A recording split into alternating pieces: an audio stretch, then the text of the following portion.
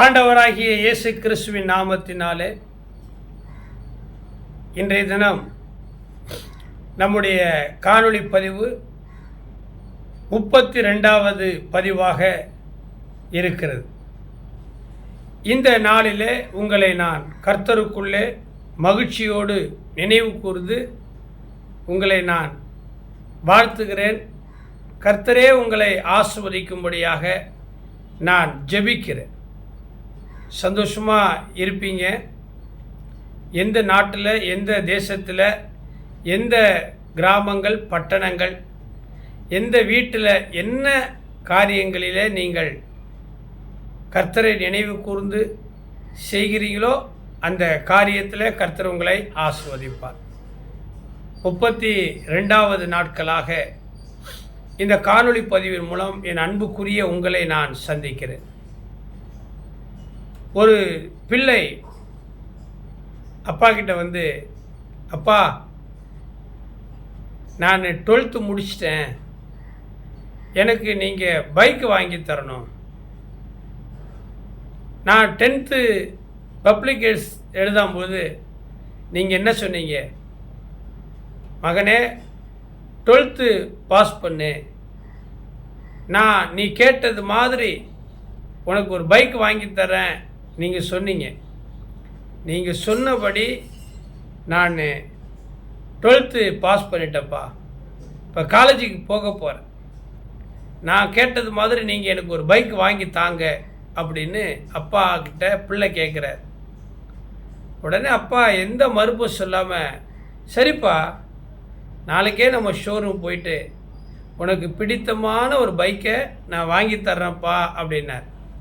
நீங்கள் எப்படி உங்கள் பிள்ளைங்க கேட்டதெல்லாம் வாங்கி கொடுக்குற அப்பாவா? பெற்றோர்களே நீங்கள் எப்படி? சரி, அது உங்களுடைய அன்பு, உங்களுடைய பொருளாதாரம், உங்களுடைய குடும்ப சூழ்நிலை, அதே போல் உங்கள் பிள்ளைகளுடைய தரம், அதை பொறுத்து நீங்கள் செய்வீங்க, எனக்கு தெரியும். ஆனால் நான் இப்போது பைக் வாங்கி கொடுங்க, கார் வாங்கி கொடுங்க, செல்ஃபோன் வாங்கி கொடுங்க, உங்கள் பிள்ளைங்கள்லாம் விரும்பின எல்லாத்தையும் வாங்கி கொடுங்க அப்படின்னு நான் உங்களுக்கு சிபாரிசுக்காக இந்த காணொளியை நான் தயாரிக்கலை. என் ஆண்டவருடைய கரம், என் ஆண்டவரை குறித்து நான் உங்களுக்கு இந்த நேரத்தில் சொல்ல போகிறேன். அதாவது மத்தேயு 7ஆம் அதிகாரத்தில் உங்களுக்கு 7வது வசனத்தில் இப்படியாய் ஆரம்பிக்குது. என்ன தெரியுமா? கேளுங்கள் அப்பொழுது உங்களுக்கு கொடுக்கப்படும், தேடுங்கள் அப்பொழுது கண்டடைவீர்கள், தட்டுங்கள் அப்பொழுது உங்களுக்கு திறக்கப்படும். நம்ம செய்கிற அந்த செயல்களுக்கு திரும்ப நமக்கு ஒரு செயலை தருவதாக இந்த வசனங்கள் நமக்கு சொல்லுகிறது. மகன் அப்பா கிட்ட வந்து எனக்கு அது வேணும் இது வேணும் அப்படின்னு கேட்கும் பொழுது அப்பா மறுக்காமல் அந்த பிள்ளை கேட்டதை வாங்கி கொடுக்குறார். ஒரு தகப்பனாக, ஒரு தாயாக, அல்லது ஒரு தலைவனாக, அல்லது ஒரு போதகனாக, அல்லது ஒரு ஃப்ரெண்டாக நீங்கள் உங்ககிட்ட கேட்குறவங்களுக்கு இதெல்லாம் வாங்கி கொடுக்கும்போது பிதாவாகிய தேவன் அவர்கிட்ட கேட்குற உங்களுக்கு செய்யாமல் இருப்பாரா? பாருங்கள், இந்த மத்தேயு 7ஆம் அதிகாரத்தில் 11வது வசனத்தில் நான் வாசிக்கிறேன். பொல்லாதவர்களாகிய நீங்களே உங்கள் பிள்ளைகளுக்கு நல்ல ஈவுகளை கொடுக்க அறிந்திருக்கும் பொழுது பரலோகத்தில் இருக்கிற உங்கள் பிதா தம்மிடத்தில் வேண்டிக் கொள்ளுகிறவர்களுக்கு நன்மையானவைகளை கொடுப்பது அதிக நிச்சயம் அல்லவா? அதிக நிச்சயம். பிதாவாகிய தேவனிடத்தில் நாம் வேண்டிக் கொள்ளும் பொழுது அவர் நமக்கு நன்மைகளை தருவார். உங்களிடத்தில் எந்த மனுஷனானாலும் தன்னிடத்தில் அப்பத்தை கேட்கிற தன்னுடைய மகனுக்கு கல்லை கொடுப்பானா? மீனை கேட்டால் அவனுக்கு பாம்பை கொடுப்பானா? அப்பத்தை கேட்குறான் பிள்ளை, அம்மா பசிக்குதுமா, டாடி பசிக்குது, எனக்கு ஒரு ஃப்ரைட் ரைஸ் வாங்கி கொடு, எனக்கு இடியாப்பம் வாங்கி கொடுங்க, ஒரு பிரியாணி வாங்கி கொடுங்க, எனக்கு மட்டன் பிரியாணி ரொம்ப பிடிக்கும் வாங்கி கொடுங்கன்னு கேட்கும்போது நீங்கள் அந்த பிள்ளைக்கு பிரியாணியோ அப்பமோ ஃப்ரைட் ரைஸோ வாங்கி கொடுக்காம கல் மண் மரம் இதையா வாங்கி கொடுப்பீங்க? இல்லை. எனக்கு ரொம்ப மீன் பிடிக்கும், உங்களுக்கே தெரியும். என்னை பற்றி அதிகமாக தெரிகிறவங்களுக்கு நான் அதிகமாக மீன் சாப்பிடுவேன். ஏன்னா நான் கிராமத்தில் பிறந்தவன். எங்கள் வீட்டை சுற்றிலும் ஏரி குளம் வாய்க்கால் ஆறு கடல். அதனால் அந்த ஏரியில் நாட்டு மீன் என்று சொல்லுகிற அந்த மீன் அதிகமாக நான் விரும்பி சாப்பிடுவேன். அதனால் எங்களுடைய வீட்டில் அதிகமாக மீன் குழம்பு, fish fry, fish gravy, fish கறி அதிகமாக இருக்கும். பண்டிகை விசேஷித்த நாட்கள், பாஸ்டர்ஸ் மீட்டிங், சாதாரணமாக எங்கள் வீட்டில் சாப்பிட்டாலே மீன் அதிகமாக இருக்கும். எங்கள் விசுவாசிகளுக்கு தெரியும், எங்கள் பாஸ்டர்ஸ் எங்கள் வீட்டுக்கு வர்ற அநேகருக்கு தெரியும், நான் அதிகமாக மீன் விரும்பி சாப்பிடுவேன். அப்போ மீனை கேட்டால், ஓ பாஸ்டருக்கு மீன் பிடிக்கும், மீன் கேட்குறாரு அப்படின்னு நீங்கள் மீனை கொடுக்காம பாம்பை கொண்டாந்து கொடுப்பீங்களா? பாஸ்டர் இருந்தாங்க ஒரு நல்ல பாம்பு, ஒரு சாரப்பாம்பு, பாம்பையை கொடுப்பீங்க? கொடுக்க மாட்டீங்களா? ஓ எங்கள் பாஸ்டர், எங்கள் விசுவாசிங்கெல்லாம் அவங்க வீட்டில் நான் சாப்பிடணும்னு ஆசைப்படுவாங்க. பாஸ்டர் எங்கள் வீட்டில் சாப்பிடணும் தெரியும், பாஸ்டர் மீன் குழம்பு வச்சா சாப்பிடுவார். அதனால எங்கள் விசுவாசிகள் சில பாஸ்டர்ஸுங்க எனக்கு பிடித்தமான மீன் வாங்கிட்டு வருவாங்க. மீன் எல்லா மீனும் சாப்பிடுவேன். சரி இருக்கட்டும். அப்போ மீனை கொடுக்காம பாம்பை கொண்டாந்து கொடுப்பாங்களா? கொடுக்க மாட்டாங்களா? அப்போ அவர்களே பொல்லாதவர்களாகிய, நான் பொல்லாதவர்கள்னு சொல்லலை, மனுஷன் பொல்லாதவன், அந்த பேசிக்கில் ஆண்டவர் எழுதியிருக்கிறார். அவருடைய சாயல் இருக்கிற மனுஷன் பொல்லாதவனாக இருப்பானா? புரிஞ்சுக்கணும். சில மனிதர்கள் புத்தி பிசகீனத்தனமாய் பொல்லாங்கு செய்கிறவர்கள், அப்படி இருக்கிற சில மனிதர்கள் உண்டு. அவங்களுடைய குணம் பொல்லாங்காக இருக்கும், அவங்களுடைய எண்ணம் பொல்லாங்காக இருக்கும். அதனால் அவர் அப்படி சொல்கிறார். ஆகையால் பொல்லாதவர்களாகிய நீங்களே உங்கள் பிள்ளைகளுக்கு நல்ல ஈவுகளை கொடுக்க அறிந்திருக்கும் பொழுது பரலோகத்தில் இருக்கிற உங்கள் பிதா அவர்கிட்ட நீங்கள் கேட்கும்போது அதிக நன்மைகளை கொடுக்காமல் இருப்பாரா? உங்கள் பிதா தம்மிடத்தில் வேண்டிக் கொள்கிறவர்களுக்கு நன்மையானவைகளை கொடுப்பது அதிக நிச்சயம் அல்லவா? நீங்கள் எதை வேண்டிக்கிட்டு இருக்கிறீங்க? இன்னைக்கு இந்த காணொளி பதிவை பார்த்து கொண்டிருக்கிற சகோதரனே சகோதரியே, நீங்கள் எதுக்காக ரொம்ப நாளாக காத்திருக்கிறீங்க, ஜெபிச்சுக்கிட்டு இருக்கிறீங்க? இல்லை பிரதர், என் பொண்ணுக்கு ஒரு கல்யாணம் நடக்கணும் பிரதர், ரொம்ப நாளாக நான் ஜெபிச்சுக்கிட்டு இருக்கிறேன். உங்ககிட்ட கூட சொல்லியிருக்கிறேன் பிரதர், என் பொண்ணுக்கு நல்ல ஒரு வாழ்க்கை அமையணும், என் வாழ்க்கை தான் சரியில்லை, நான் தான் இவ்வளவு கஷ்டப்படுறேன், என் பொண்ணு கஷ்டப்படக்கூடாது, அவள் நல்லா இருக்கணும், அதுக்காக தான் பிரதர் நான் ஆண்டவருக்கு ஊழியம் பண்ணுறேன், ஆலயத்துக்கு போகிறேன், ஃபாஸ்டிங் இருக்கிறேன், ஜெபம் பண்ணுறேன், அந்த காரியம் எனக்கு நடக்கணும். அப்படி தானே நீங்கள் ஜெபிச்சுக்கிட்டு இருக்கிறீங்க? பரலோகத்தில் இருக்கிற பிதா தம்மை நோக்கி கேட்கிறவங்களுக்கு நன்மையானதை தருவார். பாருங்க, நீங்கள் எதற்காக ஜெபிச்சுக்கிட்டு இருக்கிறீங்க? திருமண காரியங்கள், பிள்ளை பாக்கியத்துக்கு, வேலை, படிப்பு, தொழில், வியாபாரம், சரீர சுகம், தேவாலயம் கட்டுறதுக்கு, ஊழியக்காரராக ஒப்பு கொடுக்கறதுக்கு, போலீஸ் வேலைக்கு, வாத்தியார் வேலைக்கு, அரசாங்க வேலைக்கு, வெளிநாட்டு வேலை, எதுக்காக நீங்கள் ஜெபிச்சாலும் ஆண்டவர் மறுக்க மாட்டார். அவருக்கு சித்தமானது நிச்சயமாய் அவர் கையால் வாய்க்கும். இங்கே தம்மிடத்தில் வேண்டிக் கொள்ளுகிறவர்களுக்கு லூக்கா 18ஆம் அதிகாரத்தில் சோர்ந்து போகாமல் எப்போதும் ஜெபிக்க வேண்டும் என்பதற்காக ஒரு சம்பவத்தை அந்த லூக்கா 18ஆம் அதிகாரத்தில் எழுதப்பட்டிருக்கிறது. நீங்கள் என்ன வாசிச்சு பாருங்களேன் பிரதர். ஆமாம், சோர்ந்து போகாமல் எப்பொழுதும் ஜெபம் பண்ண வேண்டும். எப்பொழுதும் ஜெபம் பண்ணுறீங்க, ஆனால் சோர்ந்து போகாமல் ஜெபம் பண்ணுங்க.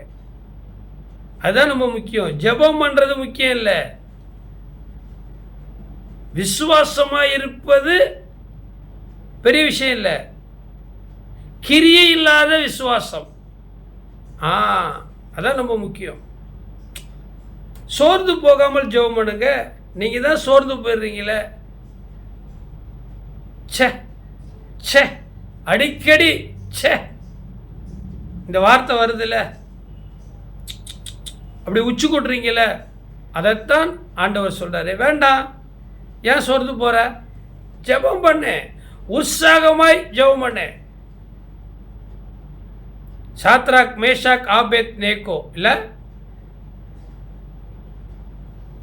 தப்புவித்தாலும் தப்புவிக்காமல் போனாலும் பரவாயில்ல சார், நம்பிக்கையாக இருக்கு.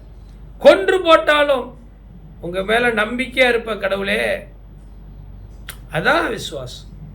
அப்போ இங்கே 18ஆம் அதிகாரத்தில் பார்த்தீங்களா, சோர்ந்து போகாமல் எப்பொழுதும் ஜெபம் பண்ண வேண்டும் என்பதை குறித்து அவர்களுக்கு ஒரு ஊமையை சொன்னார். ஒரு விதவை, அந்த அம்மாவுக்கு ஒரு விஷயத்தில் நியாயம் கிடைக்கணும். ஆனால் அந்த அம்மா அந்த ஊரில் இருக்கக்கூடிய ஒரு நியாயாதிபதிக்கிட்ட போய் டெய்லி தன்னுடைய பிரச்சனையை சொல்கிறா. எனக்கு இந்த காரியத்தில் ஒரு உத்தரவு சொல்லு, எனக்கு இந்த காரியத்தில் ஒரு நீதி சொல்லு. டெய்லி அந்த அம்மா, அந்த விதவை பெண் அந்த நியாயாதிபதியிடத்தில் போய் முறையிடுறா. பாருங்க, அவன் தேவனுக்கும் பயப்படுற மனுஷன் இல்லையா, அவன் மனுஷனையும் மதிக்கக்கூடிய குணம் இல்லை. ஆனாலும் ஜெபம் கேட்கப்படும். கரைத்தால் கல்லும் கரையும், அடிமேல் அடி வைத்தால் அம்மியும் நகரும்.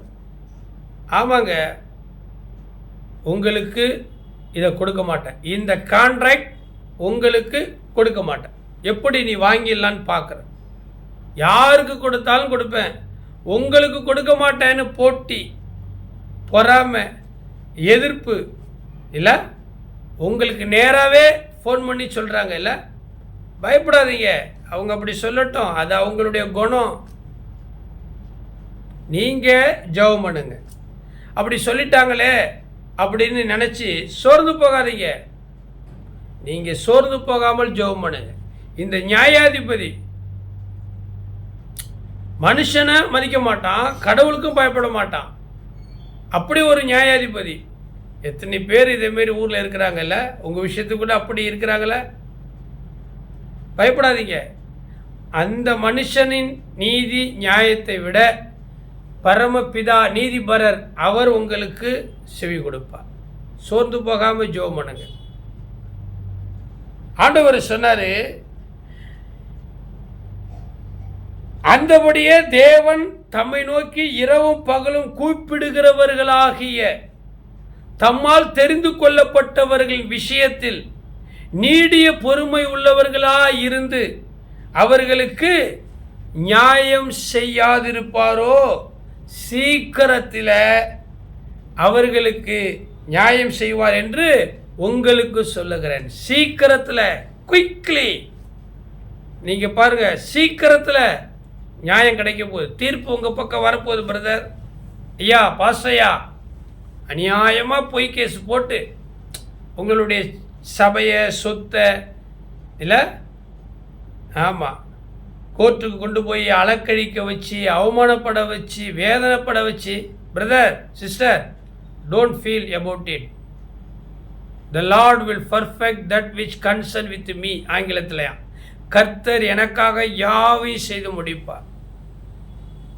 சோர்ந்து போகாமல் ஜெபம் பண்ணுங்க. சோர்ந்து போகாமல் ஜெபம் பண்ணுங்க. தம்மை நோக்கி இரவும் பகலும் கூப்பிடுகிறவருடைய விஷயத்தில் இயேசு நியாயம் செய்யாதிருப்பாரா? சீக்கிரத்தில் நியாயம் செஞ்சாராம். அநீதி உள்ள மனிதன், நியாயாதிபதி என்று பேரெடுத்த மனிதன், மனுஷனை மதிக்காதவன், கடவுளுக்கு பயப்படாதவன் யாராக இருந்தாலும் சரி, நீதியின் தேவனுக்கு முன்பாக பயந்துதான் ஆகணும். உங்கள் விஷயத்தில் தேவன் உங்களுக்கு நீதி செய்ய போகிறார். நீங்கள் உண்மையாக இருக்கிறீங்கல்ல பிரதர்? ஆமாம் ஐயா, நான் உண்மையாக இருக்கிறேன். பின்ன என்ன? சோர்ந்து போகாமல் ஜெபம் பண்ணுங்க. பாடுகளை குறித்து கவலைப்படாதீங்க. இவ்வுலக பாடுகள் உங்களை என்ன செய்ய போகுது? எலியா நம்மை போல பாடு உள்ள மனுஷன்தானா?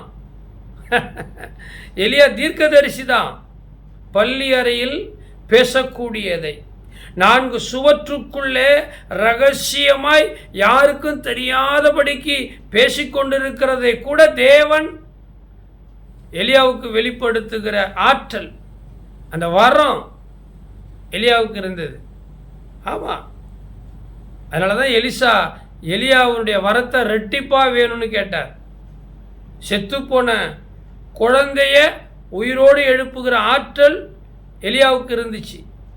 இரும்ப தண்ணியிலிருந்து மிதக்க வைக்கக்கூடிய ஆற்றல் எலியாக்கிட்ட இருந்து வந்த சால்வையின் மூலமாக எலிசாவுக்கு ரெட்டிப்பான வரம் கிடைச்சிது. அப்பேற்பட்ட எலியா ஒரு சின்ன சின்ன பிரச்சனை, அந்த பிரச்சனையில் பயந்துட்டார், சோர்ந்து போயிட்டார். பாடுகள் உங்களை பாடாய்படுத்தும். ஆனால் ஜெபம் உங்களை பரிசுத்தத்துக்கு நேராய் நடத்தும். எலியா என்பவன் நம்மை போல பாடு உள்ள மனுஷனாய் இருந்தும் அவன் கருத்தாய் ஜெபம் செய்தான். தேசத்தில் 3 வருஷம் மழை பெய்யவும் மழை பெய்யாதிருக்கவும் தேவன் கட்டளை கொடுத்தார். உங்களுடைய ஜெபம் சோர்ந்து போகாமல் ஜெபம் பண்ணுங்க, கருத்தாய் ஜெபம் பண்ணுங்க, விசுவாசமாய் ஜெபம் பண்ணுங்க. நிச்சயம் நடக்கும், நிச்சயம் நடக்கும். சுற்றி உள்ள எல்லாருடைய கண்களும் உங்களுக்கு நடக்க போகிற அற்புதத்தை, அதிசயத்தை பார்க்கும். பாருங்க, சீக்கிரத்தில் நீங்கள் அந்த பில்டிங்கை கட்டி எழுப்புவீங்க, பிரதிஷ்டை பண்ணுவீங்க.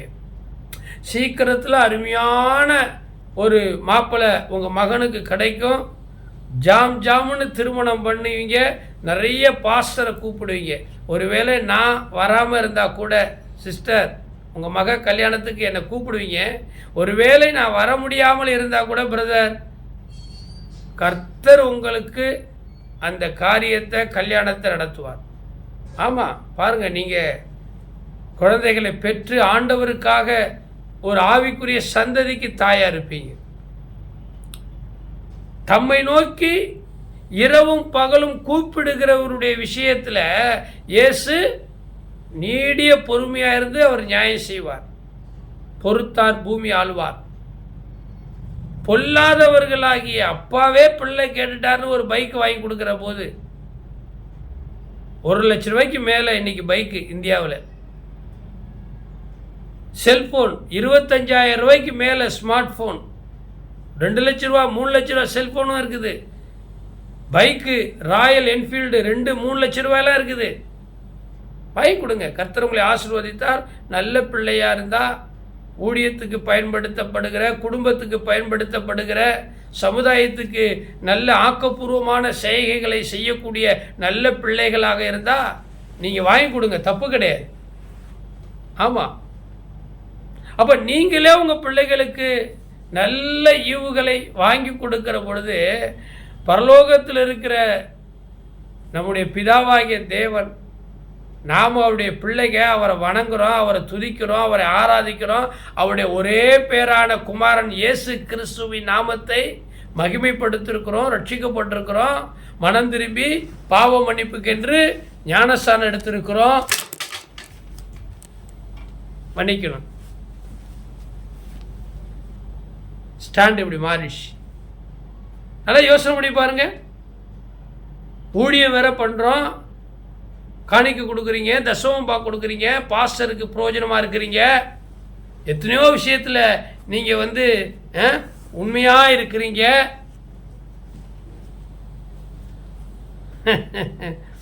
ஆண்டவர் உங்களுடைய விஷயத்தில் சும்மா இருப்பாரா? யுத்தம் பண்ண மாட்டார்? பரலோகத்தின் கதவுகளை திறந்து இடங்கொள்ளாமல் போகும் அளவுக்கு உங்களை ஆசீர்வதிப்பார். ரொம்ப நாளாக ஒரு ஆட்டோ வாங்கி சவாரி போகணும், அதில் சம்பாதிக்கணும் ஜெபம் பண்ணுறீங்க. ஆண்டவருக்கு சித்தமானால் அது கிடைக்கும். கண்டிப்பாக ஆண்டவர் செய்வார். ஆண்டவர் கைவிட மாட்டார். யாருக்கோ என்னென்னமோ கிடைக்கும் போது கர்த்தர் தம்முடைய பிள்ளைகளுக்கு நல்ல ஈவுகளை கொடுக்க மாட்டாரா? நிச்சயமாக செய்வார் பிரதர். ஆமாம், இந்த செய்தி உங்களுடைய வாழ்க்கையில் அற்புதம் நடக்கும். ரொம்ப நாளாக ஒரு இடத்த வாங்கி போட்டு அதை போய் கூட பார்க்கல, அதில் ஒரு வீடு கட்டணும், அதில் ஒரு கடையை கட்டி வாடகை கொள்ளணும், அங்கே ஒரு கிளை சபையை கட்டி ஒரு ஊழியக்காரை வச்சு ஆத்ம ஆதாயம் பண்ணும். இப்படி நிறைய பேருக்கு நிறைய எண்ணங்கள், ஆசைகள், விருப்பங்கள், வாஞ்சைகள். அதற்காக நீங்கள் ஜெபிக்கிறீங்க, தப்பு கிடையாதே. நம்ம என்ன அடுத்த வீட்டு பொருளையா அபகரிக்கிறதுக்கு ஜெபம் பண்ணுறோம்? இன்னொருத்தரோட பொருள் எங்கள் வீட்டுக்கு வரணும் அப்படின்னு நான் ஜெபம் பண்ணுறோம்? இல்லையே. நம்ம உழைச்சி, நம்ம கஷ்டப்பட்டு, நம்ம சம்பாதிச்சு வாங்கியிருக்கிற அந்த இடத்த கட்ட போகிறோம். நியாயமான விண்ணப்பம் தானே. அந்த அம்மா விதவை நியாயமானதை தான் கண்டாந்து நியாயாதிபதிகிட்ட கேட்டா. இப்பெல்லாம் எங்கள் பிரதர் நியாயத்தை பார்க்குறாங்க, அநியாயத்தை தான் செய்கிறாங்க. உண்மைதான், அநியாயம் செய்கிறவன் அதுக்கேற்ற ஆக்கினை அடுவான். நம்மளுக்கு அது தேவையில்லை, நம்ம நியாயம் செய்வோம். நாம் ஆராதிக்கிற தேவன் நியாயாதிபதி. நீங்கள் நினைக்கலாம் போலீஸ் அவங்க பக்கம் இருக்குது, சட்டம் அவங்க பக்கம் இருக்குது, பணம் கொடுத்தா நிறையா அட்வொகேட்டெல்லாம் உண்மையை பொய்யாய் சொல்லி நமக்கு எதிராக வாதாடுறாங்க. எல்லாம் கரெக்டு தான், யாருக்கு தெரியாது, எல்லாம் ஒரு பக்கத்தில் அப்படி இருக்குது. ஆனாலும் ஆண்டவர் ஒருவர் இருக்கிறார், அவர் நீதி செய்வார். உங்கள் விஷயத்தில் ஆண்டவர் நீதி செய்வார். நீங்கள் என்ன பார்த்துக்கிட்டு இருக்க? நான் இப்போ சொல்கிறது உங்களால் ஜீரணிக்க முடியாது, நம்ப முடியாது, ஏற்றுக்கொள்ள முடியாது. ஆனால் நீங்களே ஒரு நாளைக்கு வந்து சொல்ல போகிறீங்க. நீங்களே ஒரு நாள் வந்து சொல்ல போகிறீங்க, பாஸ்டர் அன்னைக்கு நீங்கள் இந்த யூடியூப் மூலமாய் பேசின செய்தியை நான் கேட்டபோது உங்கள் மேலேயே எனக்கு ஒரு கோபம், வருத்தம். சும்மா இவர் சொல்கிறாருன்னு நினச்சான் பாஸ்டர். இன்றைக்கி நீங்கள் சொன்ன மாதிரியே இல்லை இல்லை இல்லை இல்லை இல்லை உங்கள் கொண்டு ஆண்டவர் சொன்ன மாதிரி. நாங்கள் என்னங்க சொல்கிறேன்? நான் ஜோசியக்காரனா, நான் மந்திரவாதியா, நான் கயிறாக பார்க்குறவனா?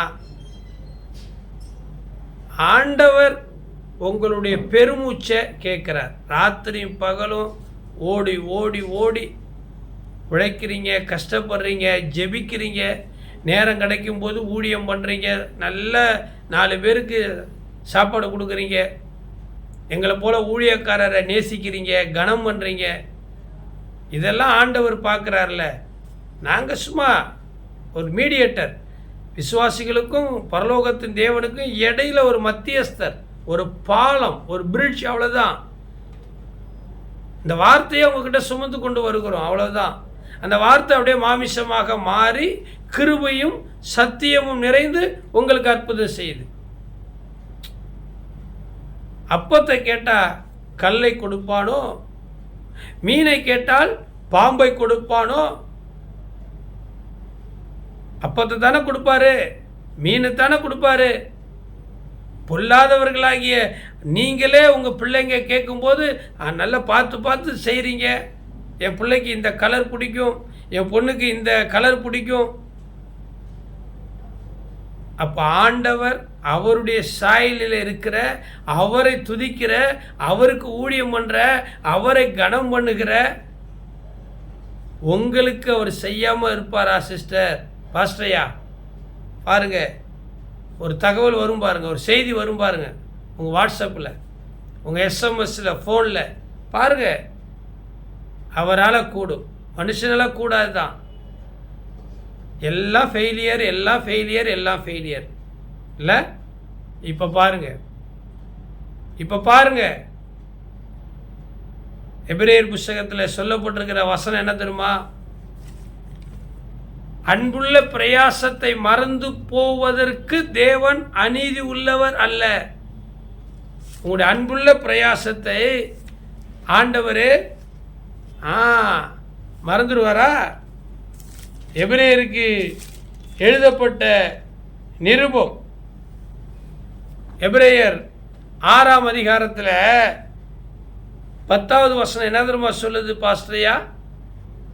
ஏனென்றால் உங்கள் கிரியையும் நீங்கள் பரிசுத்தவான்களுக்கு ஊழியம் செய்ததினாலும் செய்து வருகிறதினாலும் தமது நாமத்திற்காக காண்பித்த அன்புள்ள பிரயாசத்தை மறந்து விடுகிறதற்கு தேவன் அநீதி உள்ளவர் அல்ல.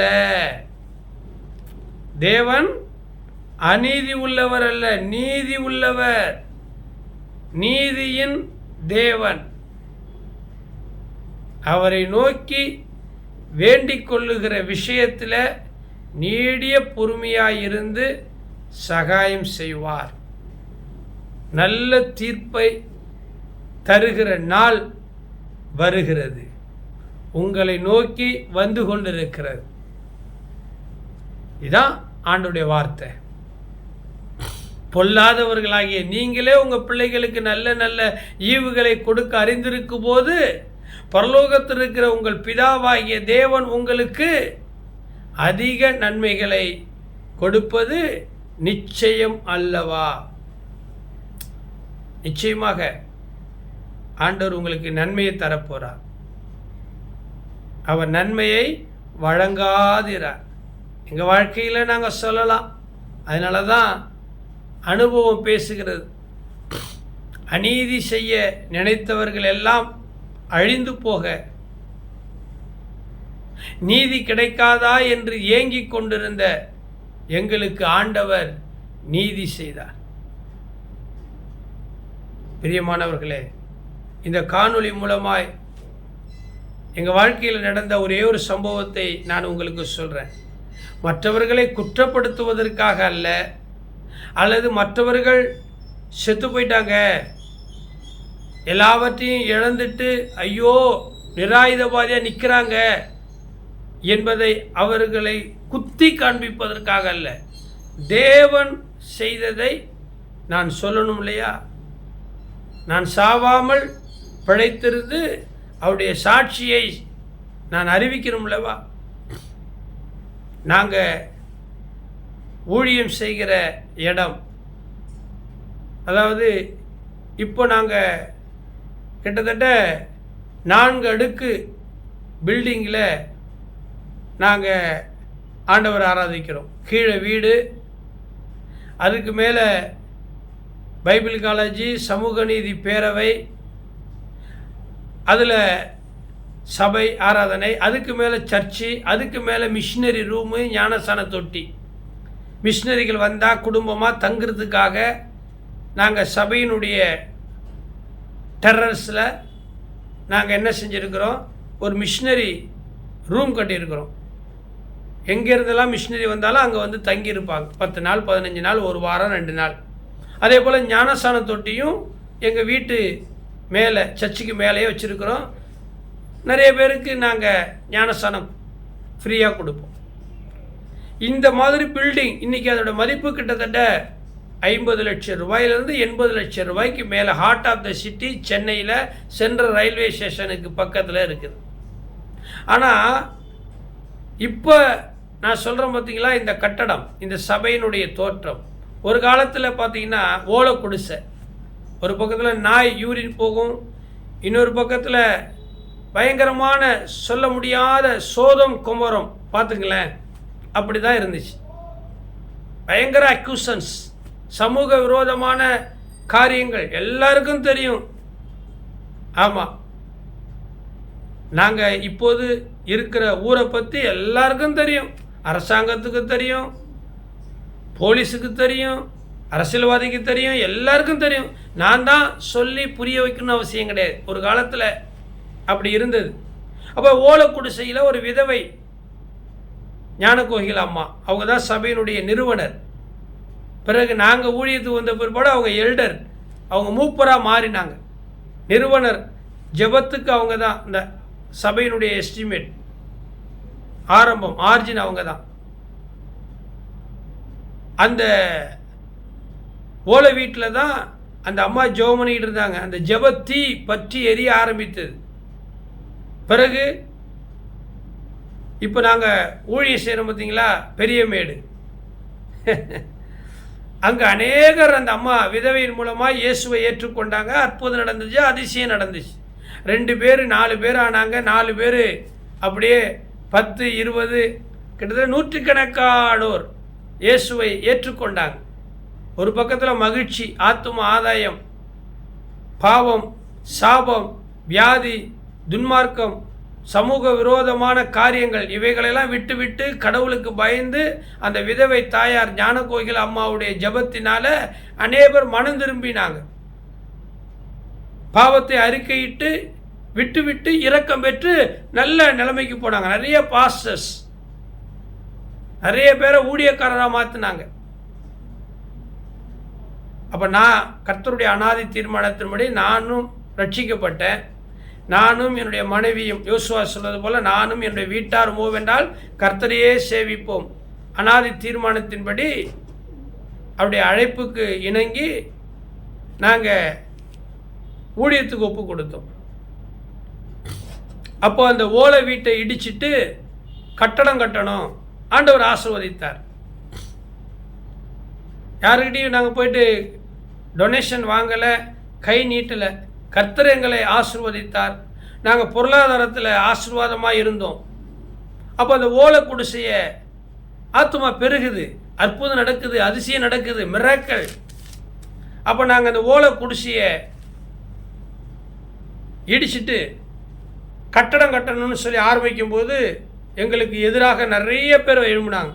எப்படி நீ கட்டுவேன்னு பார்க்கலாம். நகேமியை கட்டும்போது சன்பல்லாத்து தொபியா தெரியுமே உங்களுக்கு, பாசஸ், சபியா, தொபியா. சன்பல்லாத்தில் என்ன பண்ணாங்க, ஒரு நரி, நீ கட்டுற பில்டிங்கில் ஒரு நரி ஏறுனா கூட அது இடிஞ்சு விழுந்துடும். எப்படி எதிர்ப்பு. ஈசாக்கு தகப்பனுடைய துறவுகளை தோண்டும் பொழுது இல்லை எத்தனை எதிர்ப்பு. அபிமேலக்கு வந்து பறித்து கொண்டான், பிடுங்கி கொண்டான். அதே போல் நாங்கள் ஆலயம் கட்ட ஆரம்பிக்க உடனே எதிர்ப்பு எதிர்ப்பு. உன்னை கட்ட விடுவேனா, உன்னை வாழ விடுவேனா, நீ இங்கே இருக்க முடியுமா, எத்தனையோ சொன்னாங்க. எத்தனை எதிர்ப்பு எத்தனை எதிர்ப்பு எத்தனை எதிர்ப்பு. அடாடா நினச்சி பார்க்குறேன். அதெல்லாம் ஒரு 25 வருஷத்துக்கு முன்னாடி சவால் விட்டாங்க. எப்படி எப்படி இப்படி சவால் விட்டாங்க.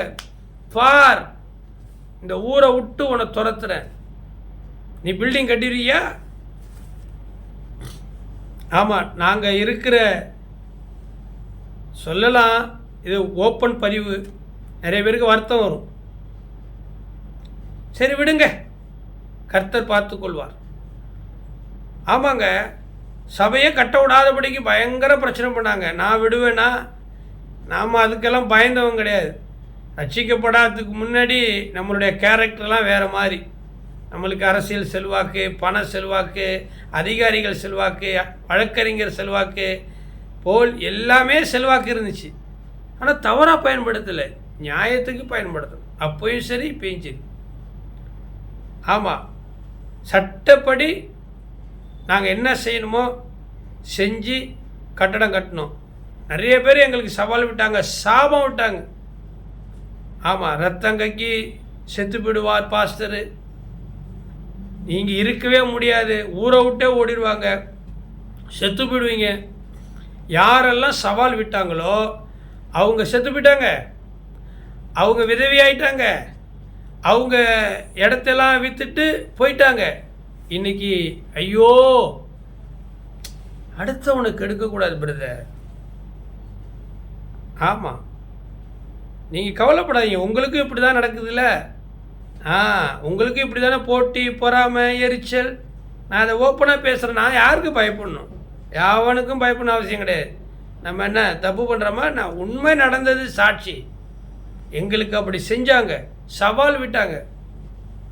ஆமாம், எப்படி கட்டுற சர்ச்சு கட்டுற, எப்படி சர்ச்சு கட்டுற, எப்படி நீங்கள் குடியிருக்கிறேன்னு பார்க்குறேன்.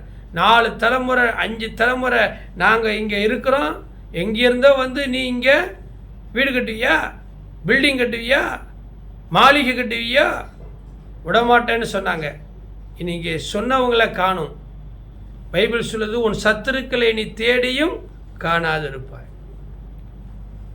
நீங்கள் கவலைப்படாதீங்க பிரதர், பாஸ்டரையா, பிஷப்பையா, கட்டுங்க, கர்த்தர் உங்களோடு இருப்பார். தம்மை நோக்கி இரவும் பகலும் கூப்பிடுகிறவருடைய விஷயத்தில் அவர் நீடிய பொறுமையாயிருந்து நியாயம் செய்வார். பொல்லாதவர்களாகிய அவங்களுக்கே இவ்வளவு தெனாவட்டு திமுரு இருக்குமுன்னா, சர்வ வல்லமுள்ள தேவனை ஆராதிக்கிற நாம் அநேகருக்கு சோறு போட்டு, அநேகருக்கு வாழ்க்கை வசதி வாய்ப்புகளை எடுத்து படிக்க வச்சு, சமூக சேவைகளை செய்து, எறும்புக்கு கூட துரோகம் பண்ணக்கூடாதபடிக்கு அதுக்கு அரிசி, அதுக்கு மாவு, உணவு கொடுக்குற நம்மளை ஆண்டவர் கைவிட்டுருவாரா? இல்லை சட்டம் தான் கைவிடுமா? ஊரில் நல்லவங்க நிறைய பேர் இருக்க மாட்டாங்களா நம்மளுக்கு சப்போர்ட்டா? எங்களுக்கு இருந்தாங்க, கர்த்தர் இருந்தார். இன்றைக்கி நாங்கள் 4 அடுக்கு பில்டிங் கட்டி நல்லவராகிய இயேசுவை ஆராதனை செய்கிறோம். நிறைய பேருக்கு அரிசி, பருப்பு, துணி, மணி, மருந்து, மாத்திரை, சாப்பாடு, பணம், படிப்பு, நல்ல அடக்கம், திருமணம், அரசு வேலை, கவர்மெண்ட்டு, ப்ரைவேட்டு, என்னென்னலாம் என் அறிவுக்கு, என் தகுதிக்கு, என் செல்வாக்குக்கு நான் செய்ய முடியுமோ செஞ்சுக்கிட்டு தான் இருக்கிறேன். கர்த்தர் எங்களை கைவிடலையே. பரலோகத்தில் இருக்கிற பிதா தம்மை நோக்கி கூப்பிடுகிறவர்களுக்கு அதிக நன்மை செய்யாமல் இருப்பாரோ?